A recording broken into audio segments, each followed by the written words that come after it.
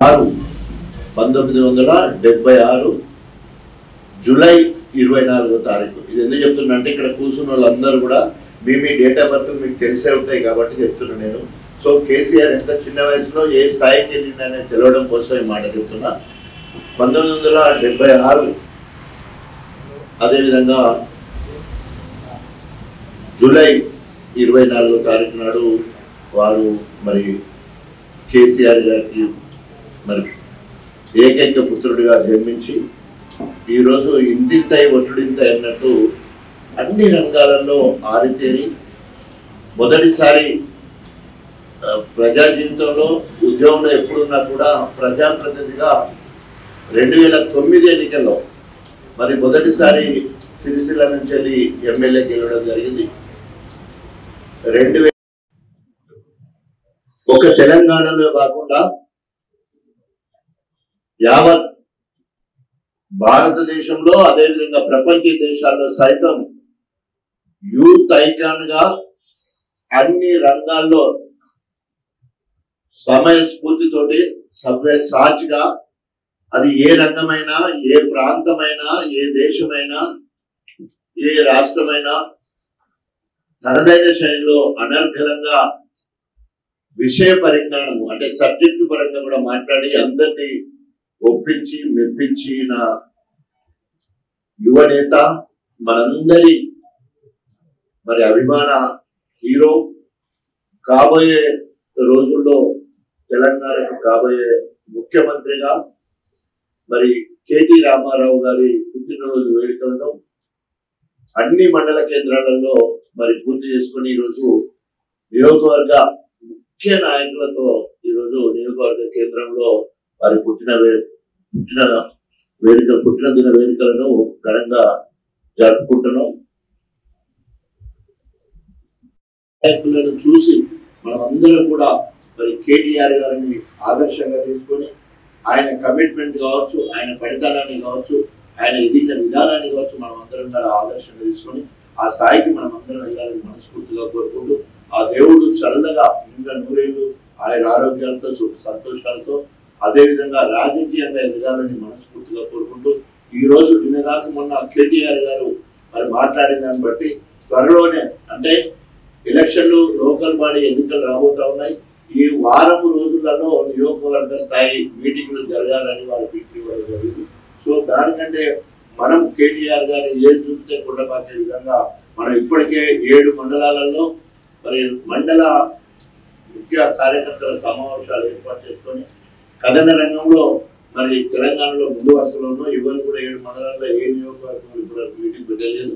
ఇట్లా నేను కేసీఆర్ గారి ఆరోగ్యం బాగాలేనప్పుడు వారిని పరామర్శించడానికి పోయినప్పుడు వార్డు మెంబర్ నుండి మొదలు పెడితే జిల్లా పరిషత్ చైర్మన్ వరకు హస్తగం చేసుకునే బాధ్యత మీది. గతంలో 7 జడ్పీటీసీలను గెలిపించడం, మళ్ళీ 7 జడ్పీటీసీలను గెలిపించాలి. ఎందుకంటే 5 మండలాలు మనం జనగాంలో ఉన్నాం కాబట్టి మనదే ముఖ్య భూమిక. 12 జడ్పీటీసీలలో 5కు 1-2 ఏదైనా వేరే నియోజకవర్గాలు గెలిచేదంటే మళ్ళీ జిల్లా పరిషత్ చైర్మన్ మనకు వచ్చే అవకాశం ఉంటుంది. సో ఆ రకంగా 7 మండలాలలో జడ్పీటీసీలు గెలవాలి. అదేవిధంగా జనగాం కింద ఉన్న 5 మండలాల్లో తప్పకుండా గెలిచి జనగాంలో గులాబీ జెండాలే కార్యక్రమాన్ని పెద్దలు కేసీఆర్ గారు మరి వారు ఆదేశించడం, దానికి అనుగుణంగా ఫస్ట్ ఫ్లోర్కి వచ్చే వరకు కేటీఆర్ గారి సెల్లు తీసుకుపోయి కల్పిద్దామనే క్రమంలో ముందే కలవడంతో మళ్ళీ వారు కూడా మాట్లాడి తప్పకుండా కార్యక్రమం ఏ కార్యక్రమం ఇస్తే వస్తానని చెప్పడం జరిగింది. సో ఆ రకంగా ఆ రోజు నుండి మొదలుకొని మరి కార్యకర్తలు ఇలా 7 మండలాలకు సంబంధించిన నాయకులు అందరూ ఉన్నారు. వీళ్ళందరూ కూడా జస్ట్ 2 రోజుల సమయం ఇస్తే 300 మంది వరకు 300, 350, 250 నుంచి 350 వరకు కార్యకర్తలతో మండల ముఖ్య నాయకుల కార్యక్రమం మనం ఏర్పాటు చేసుకుని ముందుకెళ్తున్నాం.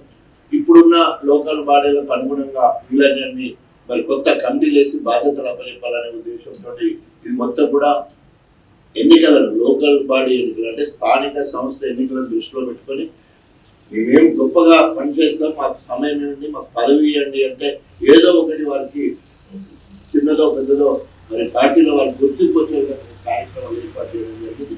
సో దయచేసి అందరూ కూడా ఈరోజు గణపురం మున్సిపాలిటీ అయిపోయింది. ముఖ్య నాయకులందరూ శివుడిపల్లి, గణపూరు, చాగాల్లోనే ఉన్నారు కాబట్టి వీళ్ళందరూ కూడా ముందు రూరల్ ఏరియాలో పనిచేయాలి. వాళ్ళందరూ వచ్చి ఇక్కడ పనిచేస్తారు.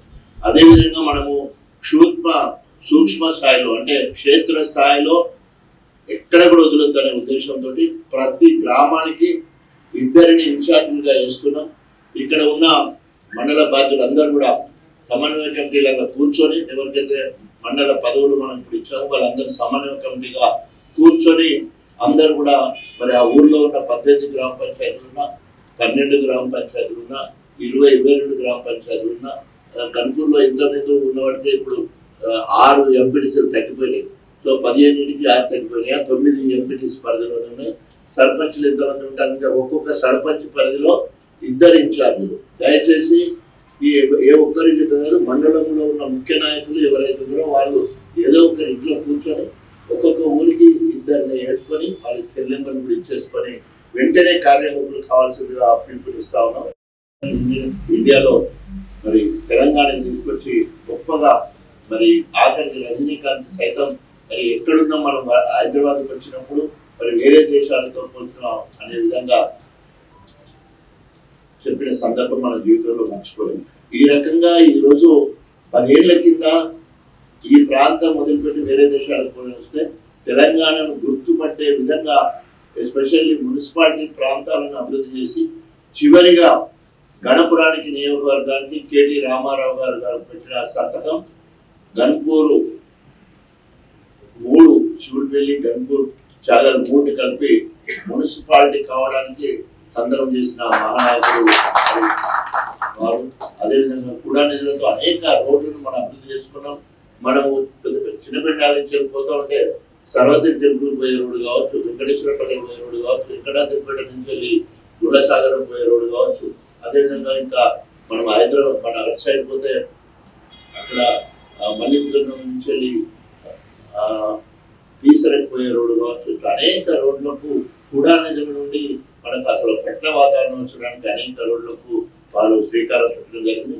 కూడా నిధుల నుండి గణపురం నియోజకవర్గంలో 140 కోట్లకు సంబంధించిన సీసీ రోడ్లను గన్పూర్ కేంద్రంలో మనం ఇక్కడ క్యాంప్ ఆఫీస్ పోయే రోడ్ మీద మనం ఇక్కడ బోర్చిల్లా పలకం వేసుకున్నాం. ఆ నిధులన్నీ కూడా అవే.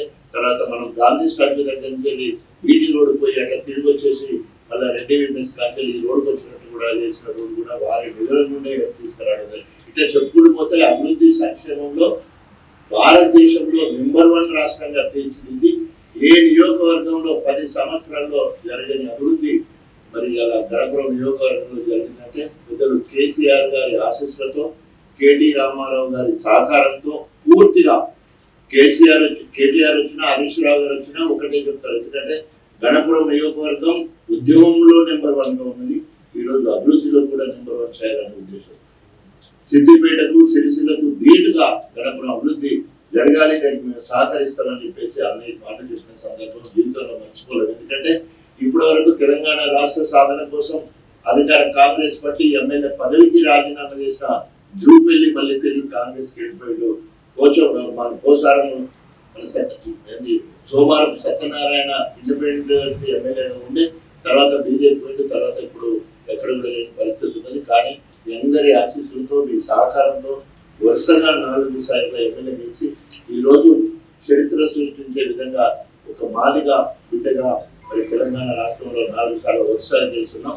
సో తప్పకుండా కేసీఆర్ గారి ఆశీస్సులు అదేవిధంగా కేటీ రామారావు గారి మీద ఉండాలని తెలంగాణ ప్రజల ఆశీస్సులు అందరూ కూడా ఇవాళ ఎదురు చూస్తూ ఉన్నారు. ఇప్పుడు కేటీఆర్ ముఖ్యమంత్రి అవుతాడు అన్నంత ఆతృతతో ఎదురు చూస్తూ ఉన్నారు.